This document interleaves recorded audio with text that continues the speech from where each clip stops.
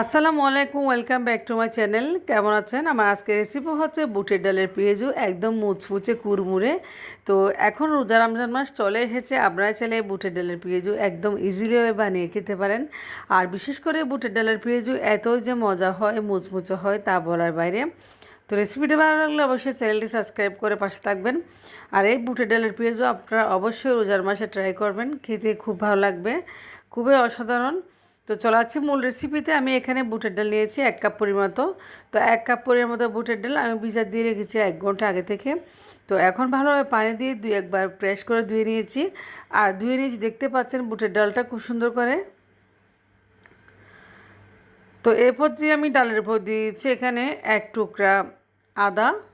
তো আমি 1 টুকরা আদা ব্যবহার করতেছি এবং সাথে দিয়েছি কয়েকটা রসুনের কোয়া। তো দিয়ে ভালোভাবে ব্লেন্ডার জারে ব্লেন্ড করে নেব খুব সুন্দর করে।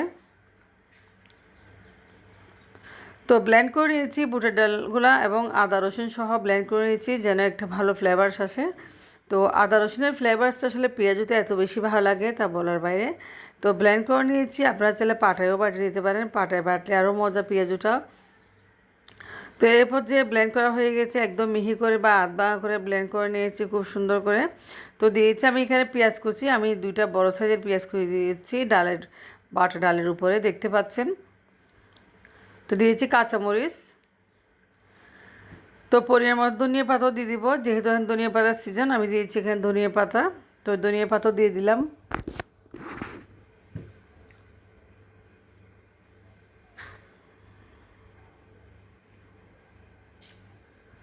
তো এখন দিয়েছি আমি মরিচের গুঁড়া ছোটো মেজারমেন্ট চামচে, আর দিয়েছি এখানে হলুদের গুঁড়া। আর এখানে দিয়ে দেবো আমি অল্প করে জিরার গুঁড়া, আর কিছু ব্যবহার করব না। এভাবে পেঁয়াজটা বাড়া দিয়ে দিলাম, ভালোভাবে হাত দিয়ে একদম মেখে নেব, পারফেক্ট হয়। আর মেখে আমি একটা ব্যাটার রেডি করে নেব পেঁয়াজের জন্য। দেখতে পাচ্ছেন আমি হাত দিয়ে ভালোভাবে মেখে নিচ্ছি। তো পেঁয়াজতে যেন লবণটা একটু বেশি না হয় সেদিকে অবশ্যই লক্ষ্য রাখবেন। আর পেঁয়াজতে লবণ একটু বেশি হলে আসলে খেতে ভালো লাগে না।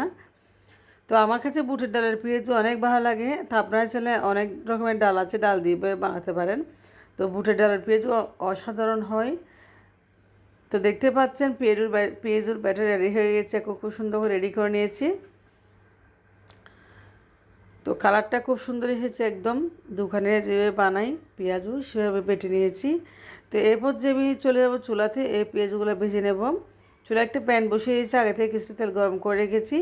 তো এখন একটা একটা হাত দিয়ে শেপ দিয়ে পেঁয়াজগুলো ভেজে নেব খুব সুন্দর করে। তো পেঁয়াজগুলো বানানোর সময় অবশ্যই চুলার আঁচটা কমিয়ে রাখবেন, নাহলে পেঁয়াজগুলো পুড়ে যাওয়ার সম্ভাবনা থাকে। তো চুলার আঁচটা কমিয়ে রাখলে পেঁয়াজগুলো একদম মুচমুচে কুড়মুড়ে হয়। আর বেশি বড় করে দিলে পেঁয়াজগুলো পুড়ে যায়, উপর থেকে ভিতরে কাঁচা থেকে যায়। তো দেখতে পাচ্ছেন পেঁয়াজগুলো আমি অল্প করে ভেজে নিচ্ছি। তো একটা সাইড হয়ে গেলে আরেকটা সাইড আমি উল্টে দেবো। তো একটা সাইড হয়ে গেছে, আরেকটা সাইড উল্টে দিচ্ছি। এভাবে উল্টে পাল্টাই সবগুলো পেঁয়াজ আমি ভেজে নেব।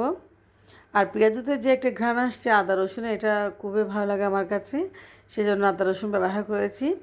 তো পেঁয়াজটা একদম দেখতে পাচ্ছেন উপর থেকে কুড়মুড়ে মুড়মুড়ে হয়ে গেছে, একদম খুব সুন্দর লাগতেছে, কালারটা খুব ভালো এসেছে।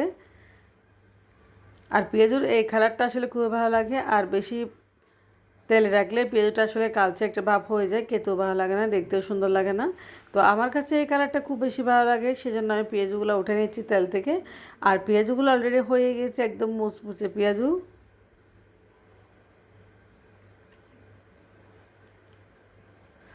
তো তেল জড়িয়ে নিয়ে নিচ্ছে আমি পেঁয়াজগুলো।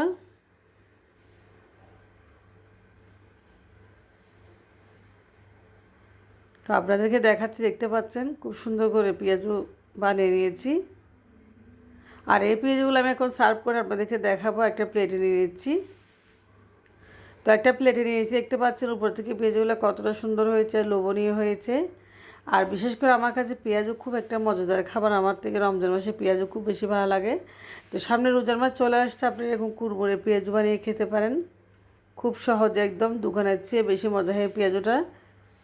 তো দেখতে পাচ্ছেন আমি একটা পেঁয়াজ ভেঙে আপনারা দেখাচ্ছি কত সুন্দর হয়েছে, একদম মুচমুচে হয়েছে। তো ভালো লাগলে অবশ্যই রেসিপিটা আপনারা শেয়ার করবেন। আল্লাহ হাফেজ, আসসালামু আলাইকুম।